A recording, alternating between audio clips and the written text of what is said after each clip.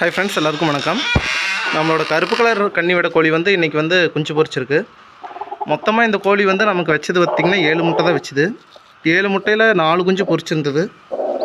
அதுலேயும் ஒரு குஞ்சு வந்து கோழியோட வெயிட்னால கோழி வந்து மிதிச்சே கொண்டுருச்சு.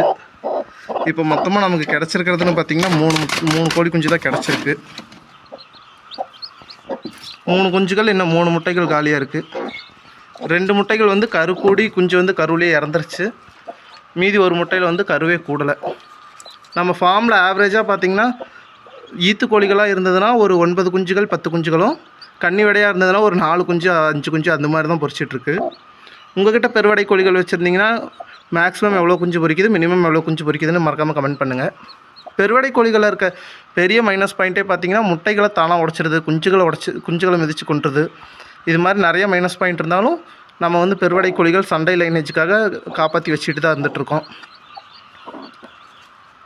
இது மாதிரி நிறையா நெகட்டிவ் பாயிண்ட்ஸ் இருக்குது. பெருவடை கோழிகளோட குஞ்சுகள் பராமரிப்பை பற்றி தெரிஞ்சுக்கிறதுக்கு கண்டினியூஸாக நம்ம வீடியோ பாருங்கள். தேங்க்யூ.